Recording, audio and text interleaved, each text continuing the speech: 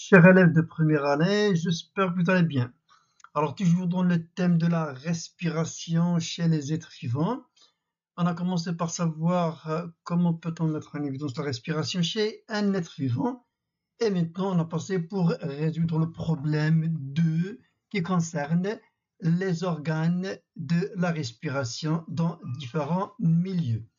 Donc, dans cette vidéo-là, Inch'Allah, on va vous présenter la respiration des insectes.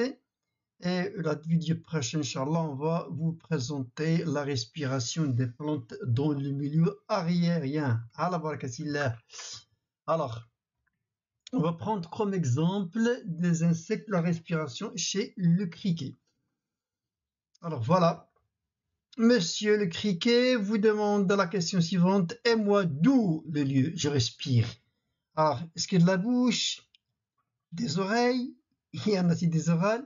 Donc, on va commencer par chercher quoi?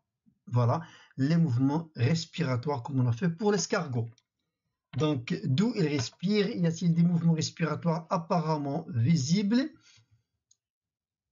Donc, cherchons les mouvements respiratoires chez cet animal et cela, ça concerne aussi les insectes. Les caractéristiques des insectes, ils ont peur d'ailes ou bien deux paires d'ailes ou trois.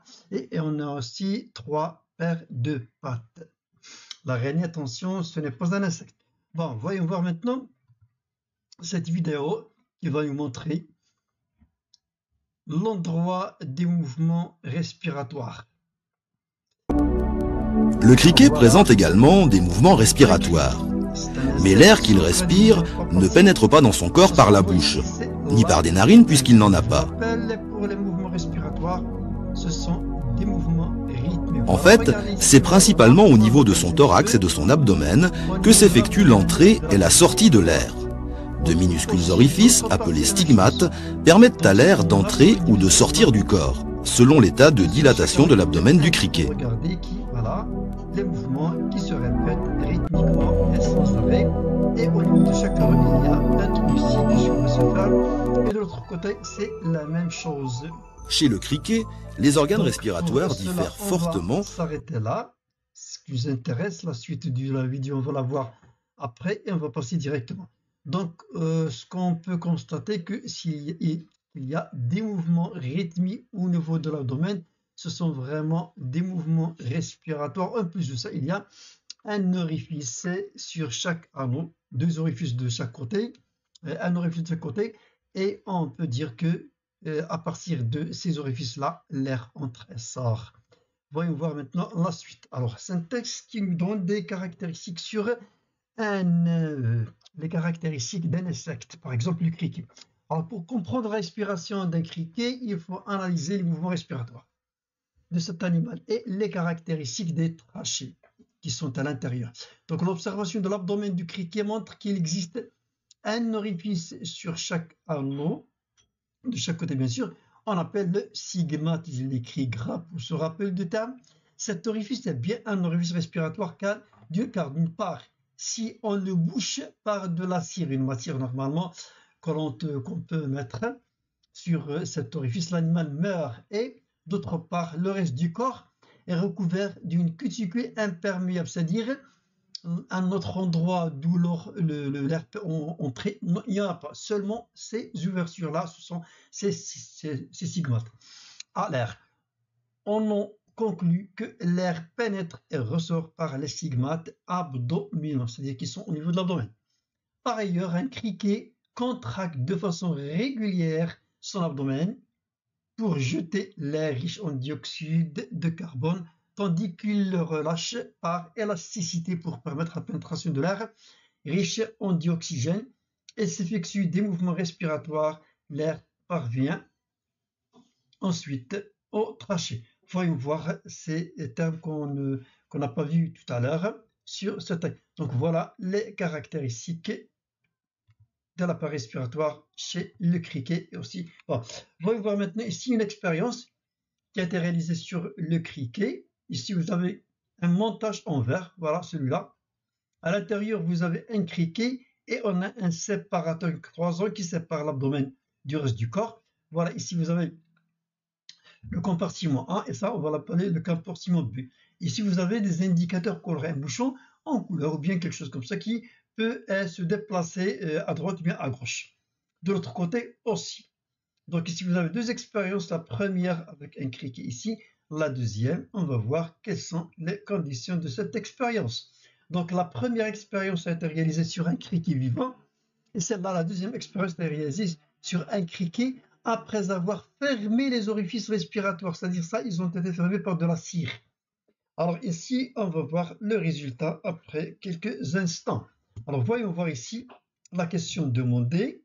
Alors on vous demande ici de comparer le niveau de l'indicateur coloré, celui-là, donc alors ça peut bouger à droite et à gauche, au début et à la fin de l'expérience. Donc ici, voilà, les pointillés indiquent le niveau au départ initial, et ça, c'est le niveau final. Voyons ici le début. Donc ici, voilà le numéro 2. Donc pour le numéro 2, regardez plutôt le numéro 1, on voit que l'indicateur il a été déplacé vers la droite, et pour le numéro 2, il a été déplacé vers la droite aussi de ce côté-là.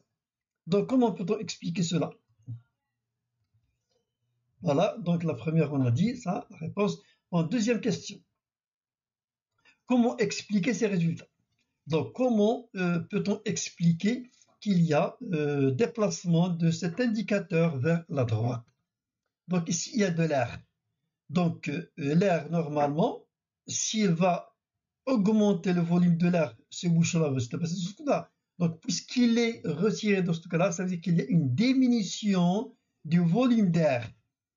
Et ici, dans le compartiment B, on voit que le bouchon, l'indicateur était déplacé vers ce sens-là. C'est qu'il y a une augmentation du volume qui a fait pousser l'indicateur dans ce cas-là.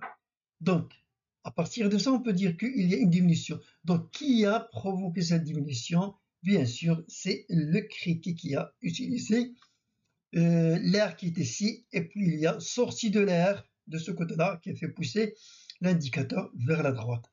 Bon, ici, on voit qu'il n'y a pas de changement. Ça veut dire quoi? Bien sûr qu'on peut conclure que ces orifices-là, lorsqu'ils étaient bouchés, il n'y a pas de changement. Le criquet ne respire pas, il va mourir par la suite, donc pas de changement. Cela indique vraiment qu'il y a ici des échanges gazeux respiratoires, c'est qu'il l'air qui a été utilisé par le criquet, il a été rejeté par ces stigmates-là. Alors, la question suivante, que peut-on conclure en ce qui concerne le rôle des orifices qui se trouvent sur l'abdomen? Donc, bien sûr, à partir ou bien à travers ces orifices-là, l'air entre et ressort. Alors, qu'est-ce qu'il nous reste ici? Alors, comment se font donc les échanges gazeux respiratoires chez le criquet? Alors, pour cela, normalement, on doit entrer à l'intérieur de l'abdomen pour savoir quelles sont les constitutions de l'appareil respiratoire chez Monsieur le criquet. Voilà. Alors, la dissection du criquet va nous montrer. Donc, une partie de l'abdomen, on a enlevé une partie, et voilà, agrandi cette partie 10 fois. Donc, voilà, voyons voir. Qu'est-ce qu'il nous a demandé? De décrire les voies respiratoires du criquet, expliquer comment se font les échanges gazeux entre les trachéoles et les organes. Bon, voilà ici de l'extérieur, voilà, on voit les petits. Donc, on va enlever une partie pour voir l'intérieur. Voilà, c'est ça. Et voilà une partie agrandie. Et voilà cette partie-là aussi, il est agrandi, il nous donne ça. Donc, on va se baser sur ces documents-là pour essayer de donner une explication, de décrire premièrement les voies et d'expliquer les échanges gazeux. Donc, ici, vous avez les stigmates, c'est-à-dire nous sommes là.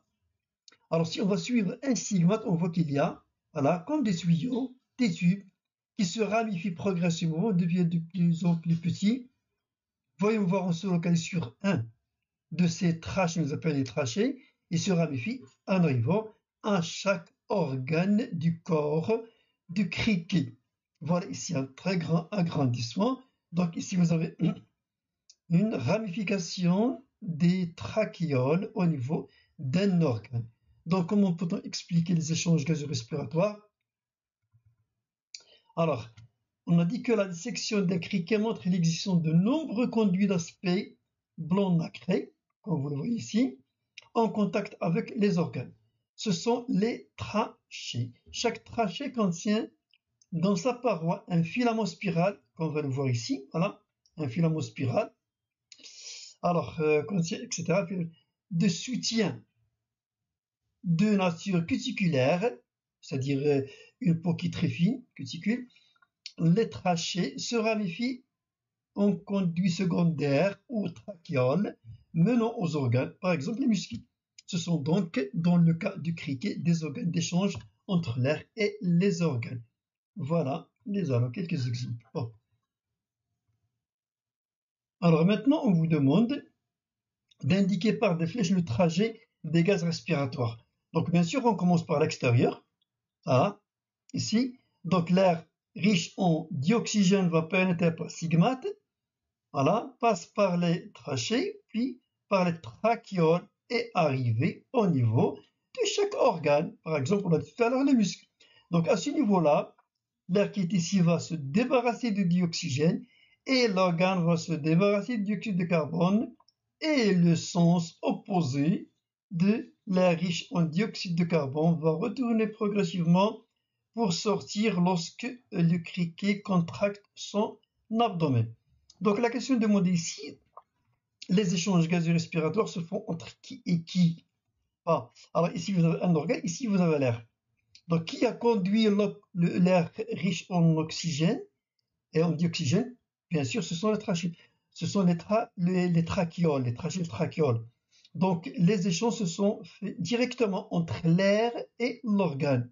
Il n'y a pas de son chez les criquets, chez les insectes. Voilà notre schéma explicatif. Donc ici vous avez un autre insecte, voilà, les asticots. Bon, ici le stigmate, l'air qui va entrer riche en dioxygène pour arriver à un organe. Voilà, le dioxygène passe dans l'organe et l'organe se débarrasse du CO2 qui va prendre le chemin d'inverse. Il va sortir pendant la contraction de l'abdomen de l'insecte. Donc ici vous avez un texte qu'on va le remplir à partir de ce qu'on vient de voir. Voilà, trachéole, voilà ici un organe par exemple. Alors stigmate, les trachées, les trachéoles et un organe. Donc à partir de fin petit tube, ça veut dire quoi? Bien sûr, ici, stigmate, voilà. Chaque trachée est divisée en quoi? On va suivre la trachée, elle est divisée en oui bien sûr, en trachéoles, qui arrivent aux organes, bien sûr. Alors, l'air riche en quoi? Qui va entrer, bien sûr. Il est riche en quoi? En dioxygène, très bien. Entre par les stigmates, bien sûr, traverse les trachées, puis les trachéoles, et arrivons à chaque à chaque organe, bien sûr.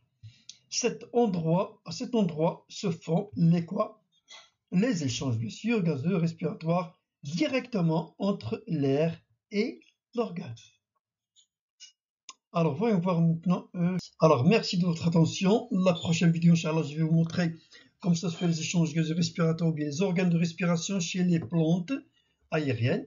Et comme d'habitude, je vais vous laisser avec cette citation de Kennedy, 35e président des États-Unis, qui dit que l'art de réussite consiste à s'entourer des meilleurs. Voilà une image qui représente des élèves pendant la création qui sont en train de bouquiner. Bon courage et à la prochaine fois, Inch'Allah.